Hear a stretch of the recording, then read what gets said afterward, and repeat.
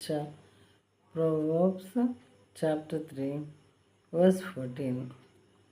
For the gain for the gain from her is better than gain from silver, and her profit better than gold.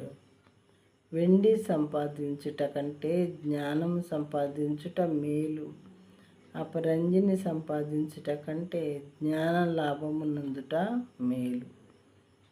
వెండి అపరంజి తర్వాత విలువైనటువంటి మరి ఏ రకమైనటువంటి సొత్తులైనా సరే very valuables ఏమున్నా కానీ అవన్నీ కూడా జ్ఞానాన్ని మించినవి కావు. అన్నిటినీ మించినది జ్ఞానం మాత్రమే అని దేవుడు చెప్తున్నారు.